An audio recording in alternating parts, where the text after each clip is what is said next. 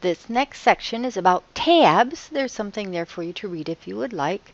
And this skill requires you to use the ruler bar, which is up on the View tab, ruler bar, View, and ruler. It's a checkbox. And what it does is open this ruler that you can see across the top. I leave mine open all the time. A tab is like hopping over on the line, perhaps, and you say, well, I know how to do that. But that's true, except sometimes you get this little problem, this little glitch. So I'd like to show you about the glitch. And so there's more we could learn about tabs, but let me show you about the glitch. You may or may not know that tabs appear by default every half inch. In the old version, there was a little marker so you could see where the default tabs were, and there isn't in the new version.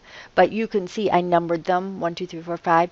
That's where the default tabs are. Default means that's the way it is unless you change it. And here's the way it looks if you have the show hide key turned on. Let me shut it off. You see the little arrows. They indicate that you have tabs.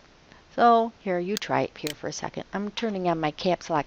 A, yeah, tab, B, tab C, tab D. You get the idea, right? Okay. Tabs can go anywhere on a line. So I'm going to click here on this line and insert a tab or two. And it moved it over. Yes, there is a reason I'm agonizing. Now, when you're making like a letter, when you're typing a letter and you have to type the date, you see this is where we can run into a problem. If you have text at the beginning of the line already and then try to tab over, it's going to change the indentation, which we didn't study yet, but we're coming. Change the indentation instead of just making a tab.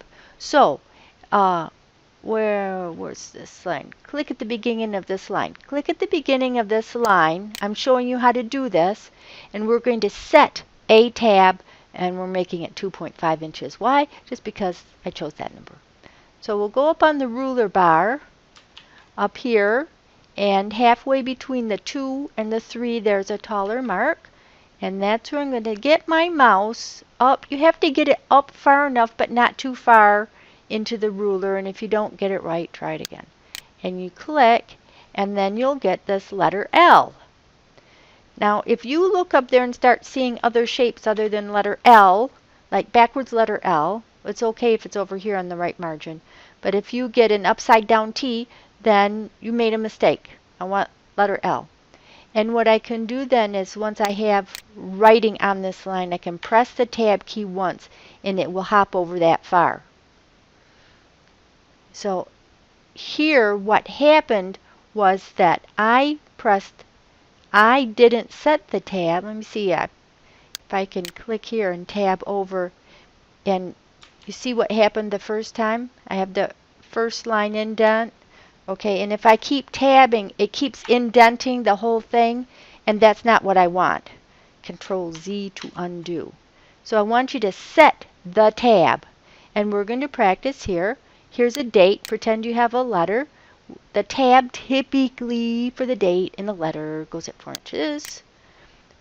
Do you have to do an indented format? No, you do not. However, I'm teaching you the skill. So yes, you do.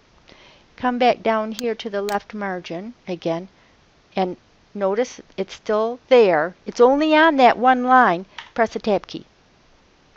If I had made that first and then each subsequent line, the tab key would be there, but if I had some other lines down here that already existed, then there's no tab key. But that's not part of this lesson.